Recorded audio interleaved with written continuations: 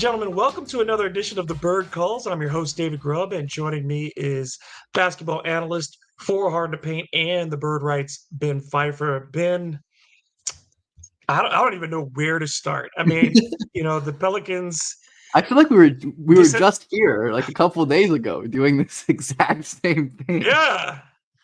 And, I except don't this know. time it's the literal last chance for this team to extend its season.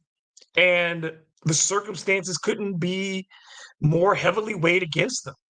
Yeah, this is pretty much everything that could have gone wrong went wrong, and the Pelicans now it's your last shot to like put up or shut up, and I don't know. I don't even know what to say. Let's just talk about it. I mean, this is obviously one of the oddest seasons in NBA history in this Very so. regard. To have a team that led the league in road wins, the entire NBA in road wins, and is in danger with a loss tomorrow of finishing 21-21 at home, losing 7 in a row to close out the season on its home floor. All of those games being critical games against playoff caliber opponents, except for the San Antonio Spurs. But I mean, you've just gone down in defeat in every way possible. You've been blown out. You've lost at the last minute. You've lost in heartbreaking fashion. I mean, still, all the things that were negatives have still been negatives in this losing stretch. The inability to close out games, they're just again this lack of success on their home floor. The one quarter of every game that just gets away from them completely defensively and offensively. It's a perfect storm of bad things for the New Orleans Pelicans. And it's like the Pelicans won 4 games in a row on the road before this. Like they were, they had a pretty tough, a lot of these homes, the home losses against OKC, against Boston, or like they could have won, but they played tough teams. It was a really tough home stretch. And then they go on the road. They win some games. They beat Phoenix. They beat Sacramento. They beat Sacramento. They beat Golden State and like Portland or whoever. But they're in good form, and it's like, okay, you lose to the Lakers, but you got a game to get it right. And Zion has the game of his life and goes out with an injury when they had all the momentum late in the fourth quarter. There's a good chance they win that game outright if Zion ends up playing, just based on how the script was and how things were going. But I mean, the Zion injury just sucked the air out of that team and totally ruined any chance. And Brandon Ingram is clearly not healthy or not right in some way. Willie did not play him the last like 7 or 8 minutes of the fourth quarter. Whether that was a minutes restriction or him just trying to send a message or acknowledging that the lineup with Zion plus defenders and shooters was the one that was working for them, playing fast, playing in transition, making the Lakers taking the Lakers away from like the pick and roll offense that was killing them for most of the game. But like, it's tough when you don't have Zion, and though Ingram is gonna play, it's like he does not look like himself. And I think it looks to me like he's not physically right. Like the explosion, this like he's not separating like he normally does. And obviously we've talked about some of Ingram's weaknesses and strengths, but I think a lot, there's only so much you can do if a guy's like not recovering from a lower body injury. And this is exactly the time where it's like, okay, Zion's out. This is when we need Ingram to step up, be our guy, get buckets, make plays. And they're not gonna have that either. And the Kings aren't healthy either, but they have their 3 best players healthy. The Pelicans don't have their 2 best players healthy. No, they don't. And their third best player, the problem is, I think people do this with CJ McCollum, everybody was like, well, CJ didn't show up. CJ didn't show up. I don't think people understand, again, how much when you change the dynamics of this offense, in particular, how much the other players on this team are impacted. And CJ is heavily impacted when you force him to be the primary ball handler. You saw what changed. And you and I both, we said plenty of times, Jose is not a point guard per se, but Yeah, he Jose did played the his one thing that played his ass off in the Lakers played his game. ass Like off. Again, he was he having the did game of his life he did too what in he had a to lot of do. ways. But he got into the paint, which was something that nobody else on the roster outside of Zion was able to do. Jose played downhill. He played with aggression, and that allowed other guys to get shots. Jose was able to kick it out for a couple guys to get layups or 3-pointers down that He stretch. was So great when in you for CJ, transition it's such a too. Like it hurts CJ when you have to slow the game down as much as the Pelicans did, I think, to accommodate Brandon, and him further being impaired just makes it worse. Like you already are slowing it down just naturally because as Brandon's on the floor. But when, like you said, he was only trying essentially in the offense, he could only really go one on one because he wasn't really able to do much physically, it looked like, without the ball. it was, yeah. I mean, it's tough when you have like we talked about on the last podcast. CJ has done a great job this year running those secondary pick and rolls, shooting off the catches, 3-point volumes through the roof. But when you can trap him and blitz him and send primary pressure, like he's just not built for that. It's not like I don't know, like I don't think it's as much of a fault against CJ as it is like that's just not who he is. Like that's just not what his game is. It's not like he's bad because of it. It's just not what he does. And that's what happens when you ask players who aren't what they are to do things that they can't. And that just had me thinking, like, what are the Pelicans going to do exactly? They played 3 games this season where neither Zion or Ingram played. And Ingram's going to play, but functionally, if it's anything like we saw on what was it on Tuesday, he's doubtful that he's gonna be the kind of Ingram they need. So in their, they're 2-1 without Zion and Ingram. The only loss was like the recent Spurs game, which they was like a 2-point loss. It's just got to be who else is stepping up, right? Like, is CJ just gonna have a hot shooting night? This is a matchup where we've seen Jonas have success, so maybe he could be big, especially in the non-Sabonis lineups, where they just have nobody who can handle him. This could also be maybe a Trey game because outside of Keegan Murray, who's phenomenal, and I want to talk about a little more at some point, but the Kings don't have really any great forward defenders. Like if you can get him matched up with Harrison Barnes for extended stretches, I think you could really get him going.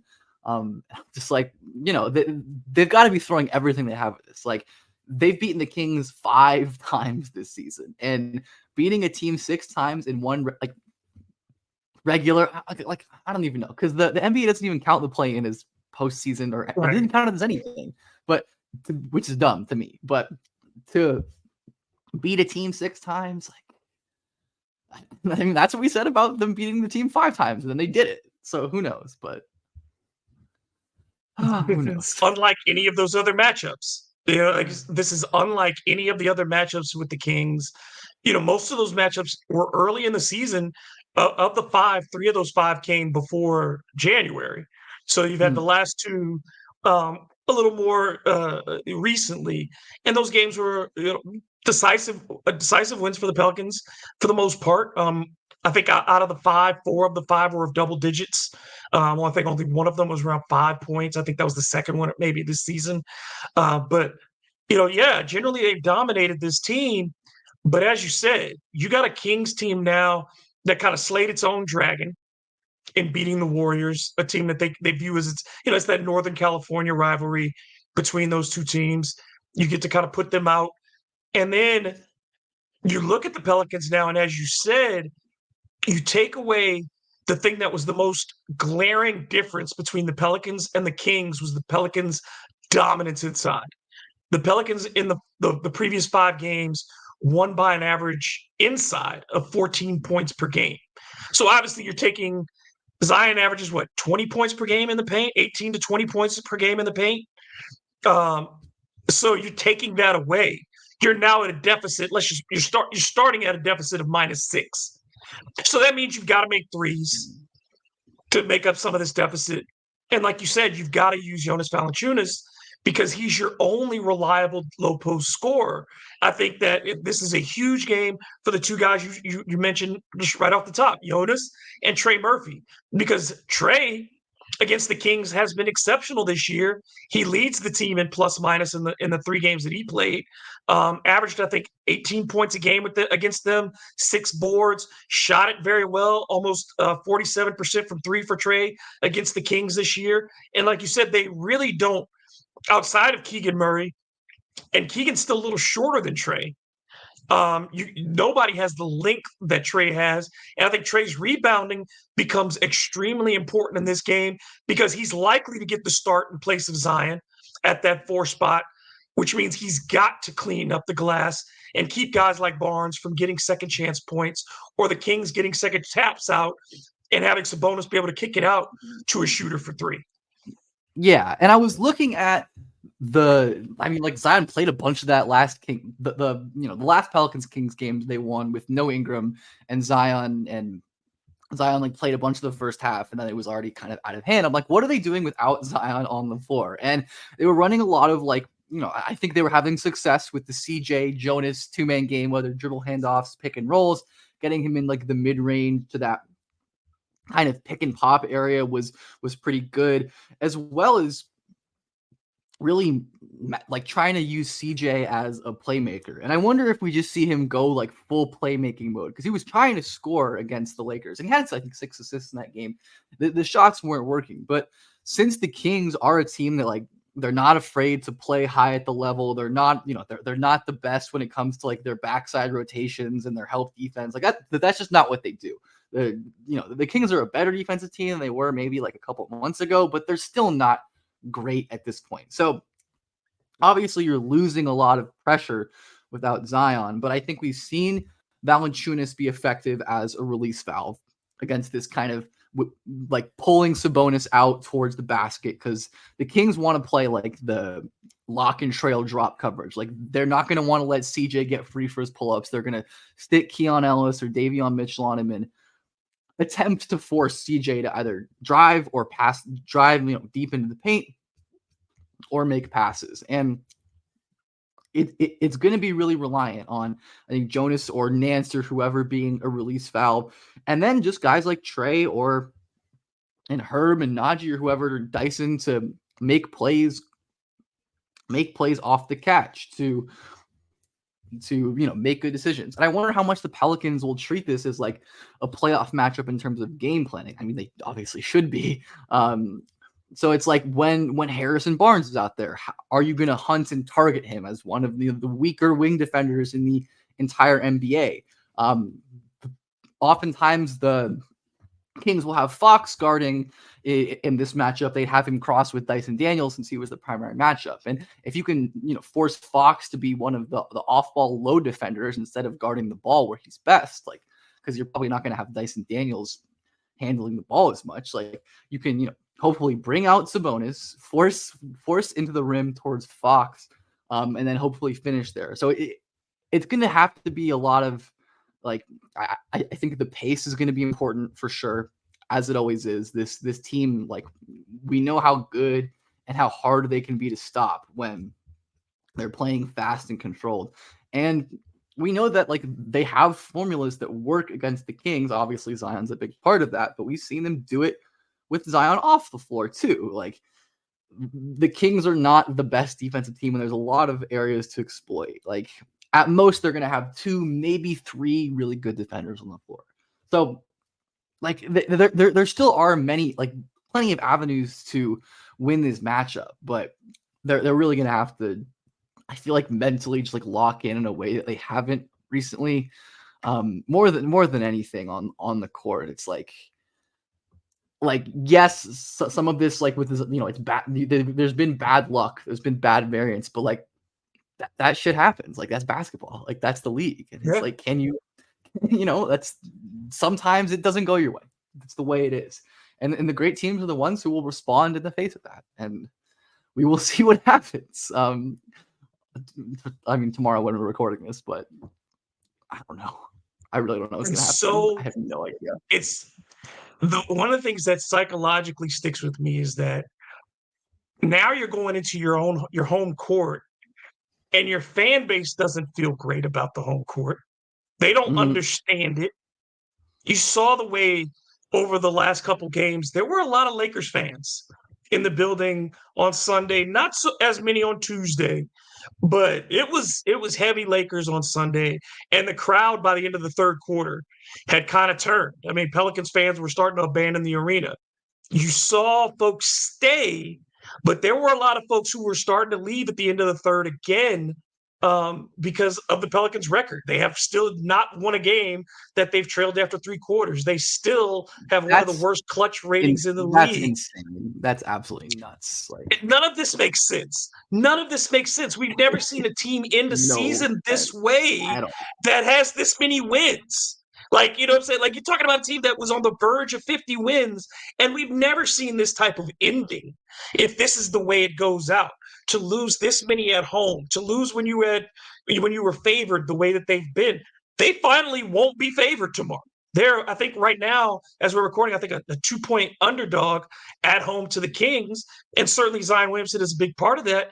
But I think it would have been a pick 'em either way, the way the Pelicans have played at home this season. It's just gotten to the point where I think the fan base on Friday night is very much, and it's an 8:30 tip at that, which is really bad for a Friday night in New Orleans to get folks an 8:30 Yeah. tip for a team that could be eliminated from the playoffs. I think it's going to be a slow arriving crowd, and I think that they are going to be looking either for a reason to stay or a reason to leave. And it's going to be in those first 12 minutes of the game, whether or not they decide to stay or not.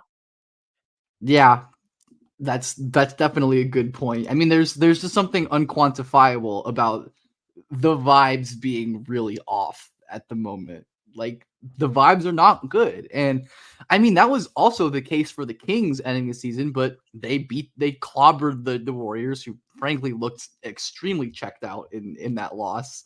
They were contemplating their legacy and staring up at the clock the whole time. It wasn't like they really got a ton of resistance from the Warriors, but they're coming off of a game where they beat the crap out of their opponent. And the Pelicans are coming off of like a heartbreaking, heart-wrenching loss that ended up resulting in the loss of their best player to injury for the foreseeable future. Like, what? Even if they do win, Zion's gonna miss like at least part of the OKC series, right? Because they said I 2 think he missed the weeks. entire series. Yeah, I But mean, you talk about 2 weeks just for an evaluation, and you know how it right. goes with the Pelicans. And so you're talking at least another week after that to ramp him up, which would put you into the second round. And I don't see how you beat the Thunder in 7 games without Zion. Yeah, I mean, even with Zion, that's a tough ask It's for a tall for any order, yeah. any 18, let alone like a really, really formidable OKC team. I think Zion would have been really good in that matchup. It's like one place that they can, that he can have success. And now that's not even going to be the case. And maybe, it'll still be a case where OKC's youth and inexperience catches up to them, and the Pelicans have guys who've been in the playoffs. And they've had guys who've gone deep. So maybe that makes some kind of difference. But it all feels so futile because, again, it's like, even if they win this, it's like, what are the odds they win this game, escape round one with no Zion, and then it's like, okay, like, round two against Denver or whoever, or it's like, oh, you get Zion back, and I don't know, I feel like the optimism for how this season could end, it has quickly evaporated. Like, I want to get your thoughts on this because, let's say even if they do win this game, a point was made on X about the fact that, look, you can't really change the way you evaluate this team now, just no matter what goes on. You have enough data yeah, from this season. You saw enough. You got Zion Williamson career high games. Again, we got Brandon Ingram more games than he had played since his rookie season. You got your starters on the floor for the vast majority of the season. Your key reserves played more than 60 games each. You got what you wanted to see as far as figuring out, if you're the front office, where this team is headed. It's up to them to make those decisions. But I don't think the playoffs should change if they do get into the playoffs, or even these last 3 games or so. It should change what we saw over the course of 82. oh, absolutely not. I mean, there's so much weirdness going on right now with the Pelicans that I think it's fair, win or lose. Like, to chalk this up to some extremely poor and strange luck.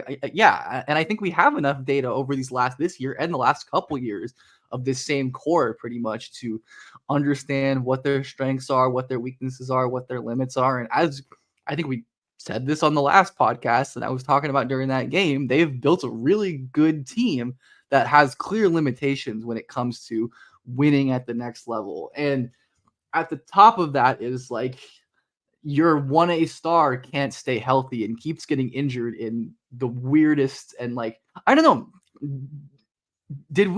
Were we able to like see like what the impact was that like he got injured on? Because what was it, the landing? Because I watched that play back a bunch of times and I couldn't seem to tell like where the injury actually was. I think it may have happened earlier, and then the landing was the thing that really set it off. Yeah, okay. You know what I Right. mean? Like, I think when he went down earlier, he felt like maybe a twinge, and he got up and gets through the play, and then when he lands, he's like, "Okay, this is it's the hammy. Yeah, I that gotta makes stop." sense because it didn't look like there was like a weird bend or a weird fall. Like he like on that last play, he like isolated against AD, he drove, he hit a floater, looked normal enough. And that, I mean, there's just nothing you can really do about that.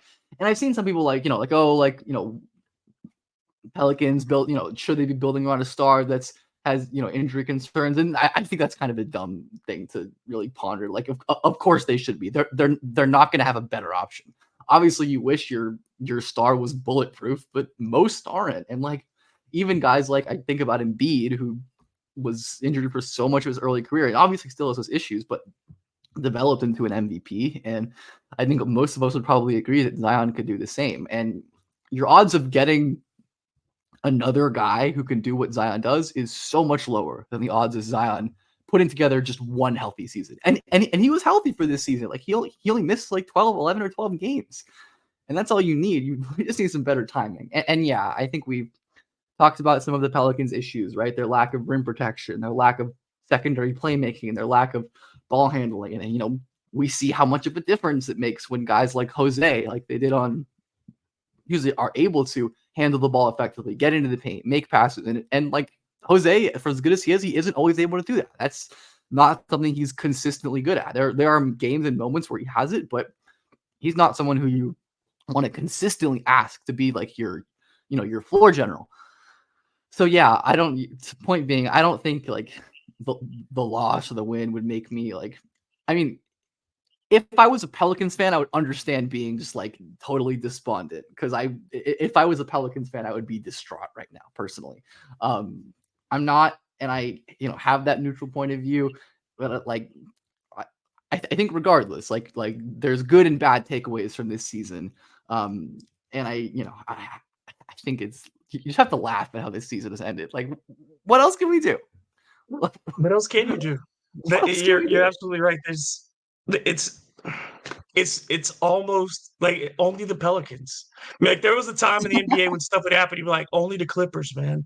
Like every year it's just like, yeah, that stuff only happens to the Clippers. And now it kind of feels like the Pelicans are that team in the NBA where on a year-to-year basis, you're like, how does this keep happening to them? How these ways they're so different yet so similar in their timing and how things go down. Because we were in the same situation in a way last year going into the play-in and kind of hoping like, is Zion going to be available? And the controversy about that, and he really ultimately wasn't. But for BI, I think it's a tough position for him to be put in because he would have been questioned. Absolutely, he would have been questioned if he had not come back to play, and he gets questioned regardless because of the performance of these 2 games. I mean, I and it's commend just an him impossible for situation. trying. Like I respect him. I mean, again, assuming this decision was made with full confidence in the medical staff, like this is not going to screw things up more long term. Like, yeah, like commend him for trying and coming back, and like clearly like wants to win, competitor, wants to help the team as much as he can. But at a certain point, it's like I don't think blaming Ingram at this, like you and I have done enough Ingram blaming in the past, but this is not like. I can't bring myself to be like a clearly injured Brandon Ingram is like the limiting factor here because it's It's not. It's just not. And all of this is like gonna sound really. This whole podcast is gonna sound so funny when they like beat the Kings by 20 or something in the playoffs. But like, Just again, it just feels the short term though. Win or lose, it just yeah, feels short term happiness because they're the odds of winning a 7-game series were hard even with Zion. Like you said, it was really hard with Zion. And to now it just feels like they're just overmatched. it's But so let's like talk about bitter. It's so bit because like it felt like if the Pelicans had the version of Zion that they had on Tuesday, I feel like they have a chance. They have a chance against almost anyone with that kind of yeah, Zion.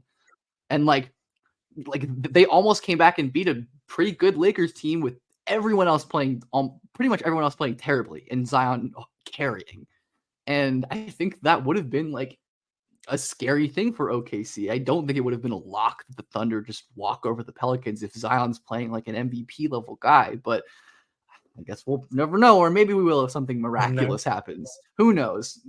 Mr. Miyagi moment. Maybe there'll be And some medical miracle, and he'll walk out of the tunnel and he'll have his WWE moment, and it'll be great. But let's talk about the Kings quickly, because look, we've broken down how the Pelicans have been able to do with De'Aaron Fox throughout the season and Sabonis, but it's the other guys. It's always the other guys when you get to the playoffs. You know what stars typically are going to do. It's how do you deal with the supporting cast and outside of Harrison Barnes, who the Pelicans have dealt with plenty, and is one of those guys who either he's hot or he's worthless, it seems like on a night to night basis. There are some really interesting players on this Kings roster. Talk about which other players who you think could be the biggest X factors in this game. yeah, and as I alluded to earlier, I think Keegan Murray is the obvious primary one who's taken another leap in his second year for the Kings. He's just a phenomenal all around secondary offensive option. And the thing with Keegan is like he's so hard because he doesn't need the ball and he doesn't need plays run for. He doesn't need game plans to make you pay. He's such a good shooter. He's so good moving without the ball, and he can put the ball on the floor and like take a dribble or two towards the middle and get to his pull-up jumper. Like works perfectly with that like dribble handoff offense. And as I kind of said before, I think the Pelicans have the personnel to defend them. We talked about the limitations of their like rangy wing bench, but this is a team where it's like, okay, this is why you have these guys. They're all going to play their part and make this hard. And I think Keegan is, I think he had 27 or like he had a lot of points against the Warriors in that playing game. He was shooting the ball from everywhere. They were getting him downhill off of their dribble handed off pitches and their pistol motion, and he was getting to his spots. And it's tough, like this again. As we talk about, this is a matchup where you can probably have JV on the floor. He can deal with Sabonis. Obviously, the Kings are going to bring him out as they play Sabonis on the perimeter a lot, but still, this is a matchup where it'll work more than other matchups. And we dice. Obviously, Fox is the kind of guy who can go off and get his, but the Kings have the personnel to defend that. I want to once again shout out Keon Ellis, who I talked about on the last podcast. He had a great game against the Warriors just recently. He was a part of a big reason that Clay did not score against him in that game, or barely scored. I'm pretty sure he didn't score at all. For the night. 0 for the night. Right. Yeah, and I think that kind of defender is someone who that's who the Kings are going to have, who CJ's matchup's going to be for all of the time that they share the court. It's going to be Keon Ellis checking him. He had 3 steals and 3 blocks in that game. So he's someone who, again, offensively, he's not so threatening, but he can hit open shots. He can make simple plays. And if you're leaving him open, if you're not respecting him, then they can kind of kill. But one of the things that the Kings have their guys who they can run with, but the Kings are not deep. The Kings, though the Pelicans are obviously shallow because of injuries. The Pelicans are a deep team in terms of having guys who they can play and rely on. Even if they're flawed, they have 9-10 guys who, like, in a pinch, like, okay, we need you to go do something. They can probably contribute. The Kings, not so much. I mean, so outside of their 5, they're De'Aaron Fox, Sabonis, Barnes, Keegan, Keon Ellis.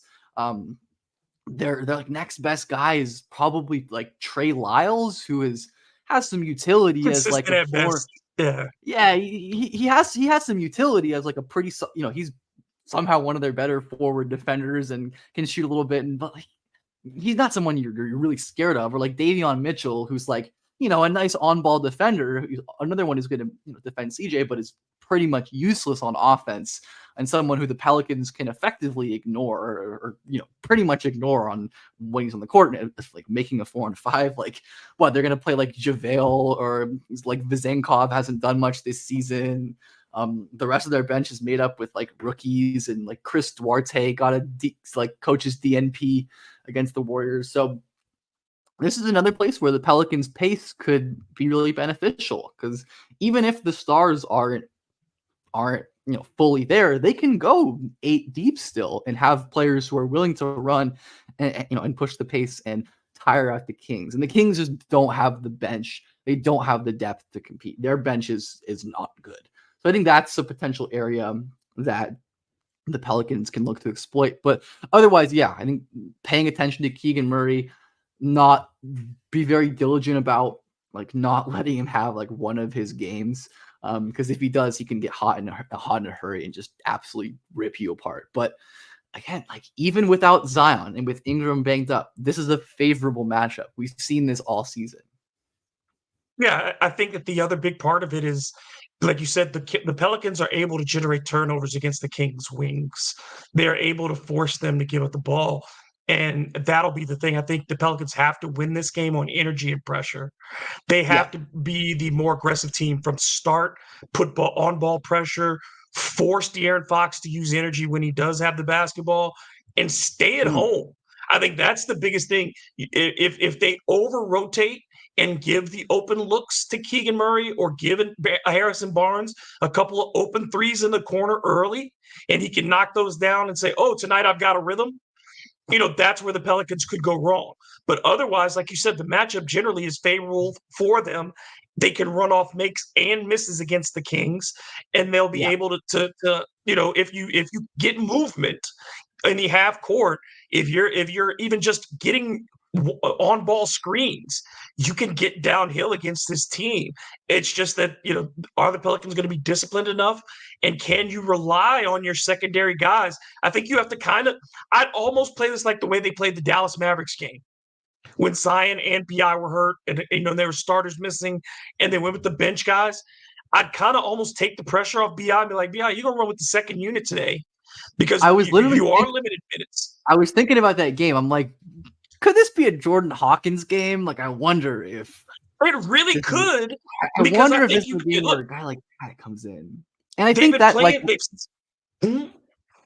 I was gonna They've say, just like you been. said Yeah, like you said go ahead, go with ahead. the ball, we're the Pelicans have got us in some kind of way. Like you said, with the ball pressure, I think this is like the main area where the Kings are really missing Herter and Malik Monk.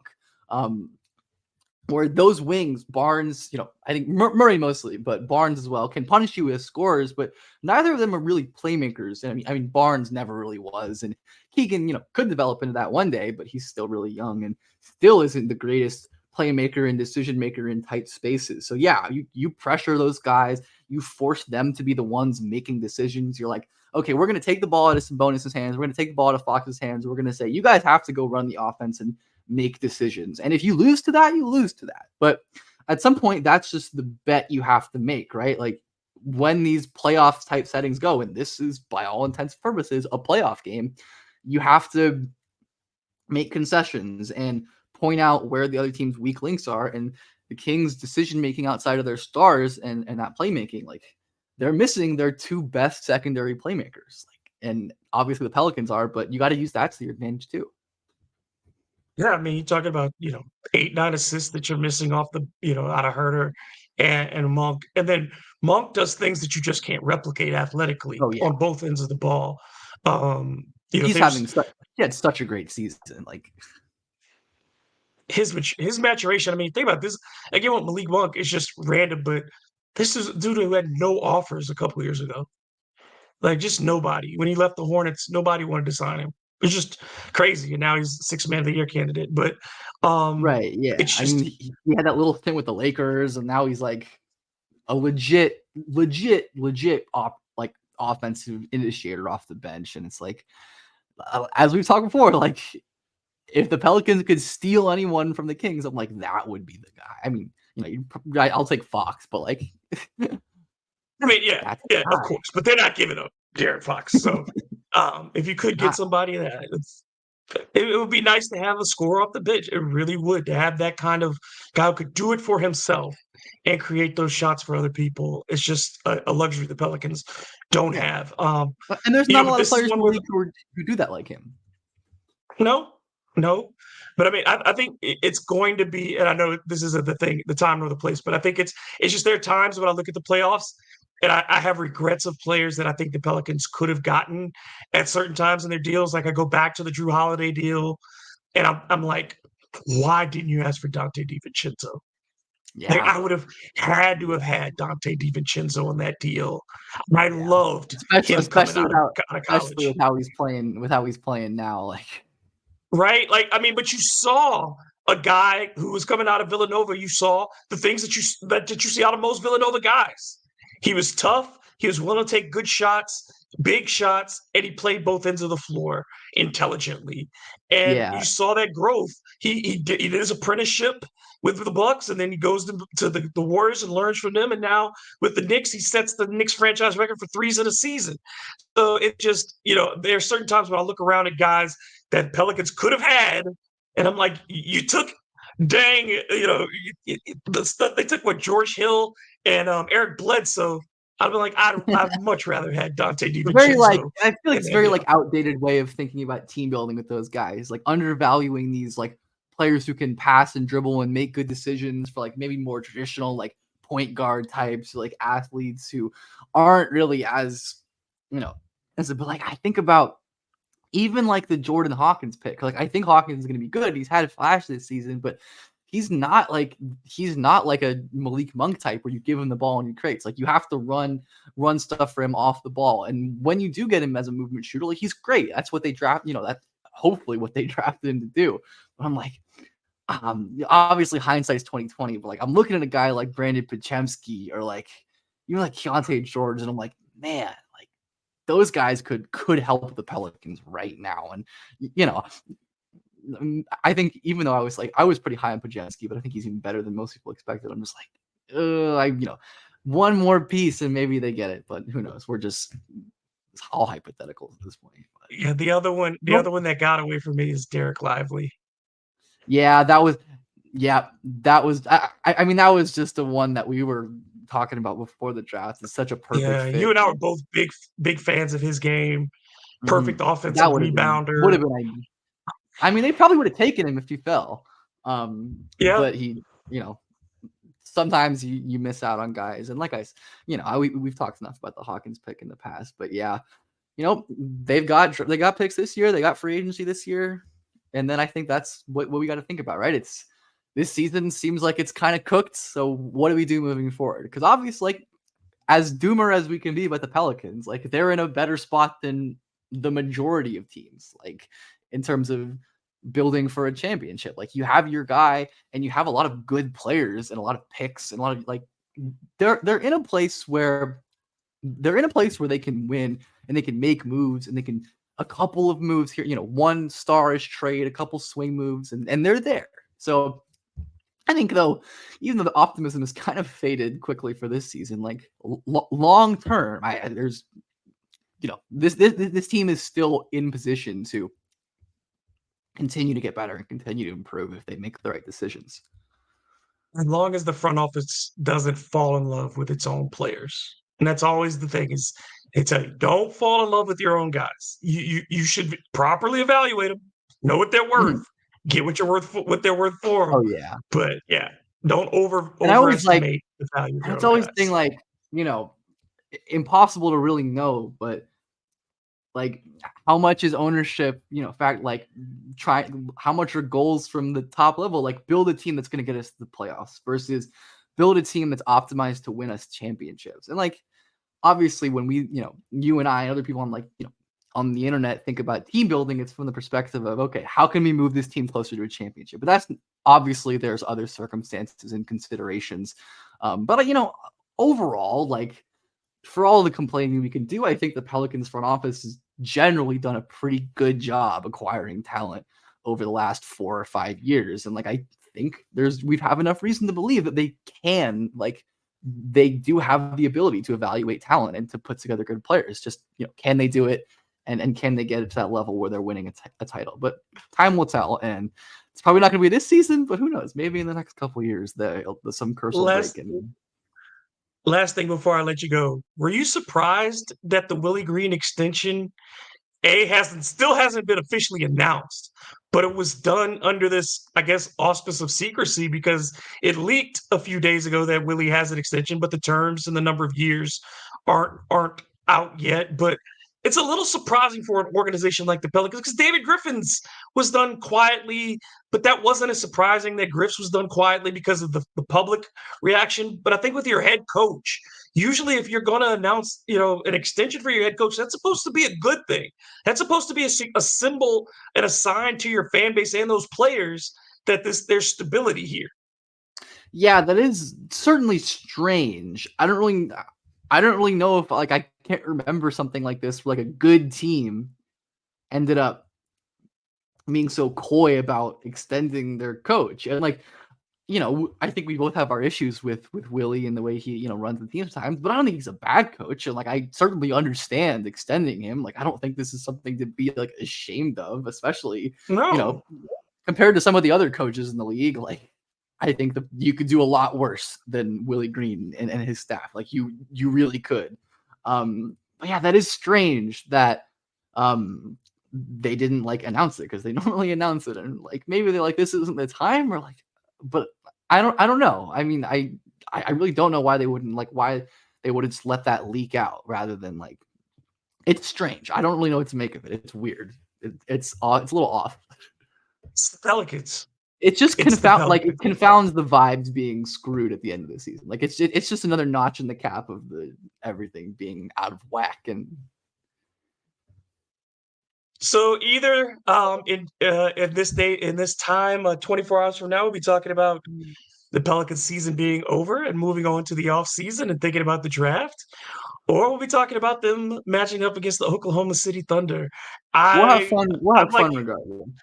We'll have fun either way, but if you ask me right now, I'll go with you. I will ride with you and say the Pelicans get the unprecedented 6th win over the Kings.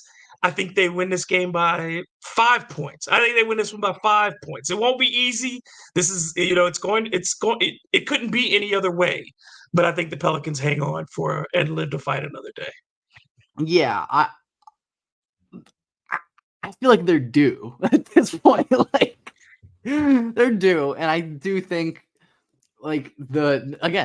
genuinely the main thing working against them is just if the mental is not there in the building, because on paper, even with all the Pelicans have lost, this is a very winnable game. It's a very winnable game. I think you just need you don't need they've beaten the Kings this year with Brandon Ingram scoring 15 points. Mm-hmm. So you can do it. Does BI give you that efficiency with 15? Does he pass the ball well? Does he not turn it over? And if BI is only going to give you 24 to 28 minutes, which seems like that's the area that he was playing in, mm-hmm. then in those 24 to 28 minutes, then I'd like to see 15, 5, and 5. If you give me 15, 5, and 5 in those 20 plus minutes, hey man, and get to the line. Yeah. For me, I'd like to see BI not catch it up top so much in this game, but since there is no Zion, be a guy who catches it in that mid post a little bit more. Give yourself a break.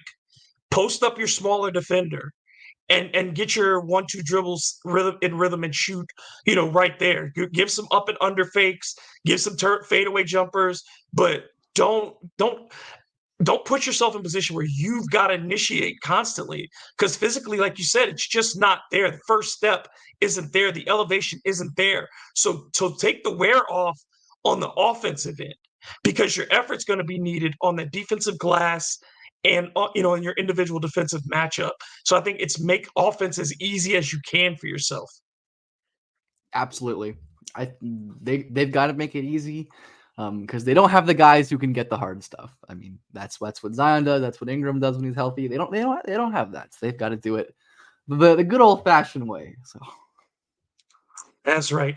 Ben, thank you so much again. Tell the folks quickly how they can follow you on X and the other stuff that you're doing, man. yeah, of course, just at BJPF_ everywhere. My name. I'm gonna be doing Pelicans content. I'm excited to get into whatever's next, whether that's playoff previews, diving into those matchups, or focusing ahead to free agency and the draft. Either way. But yeah, follow me on Twitter, X, and YouTube, TikTok, all the above. And I'm sure we'll be back talking about something good or something bad or something at some point in the near future. Yes, we will. So for Ben Pfeifer, I am David Grubb. Make sure you like, subscribe, rate us, get it wherever you get your podcast. Thank you for watching. Thank you for listening. This has been the Bird Calls. And until the next time, let's go Pels.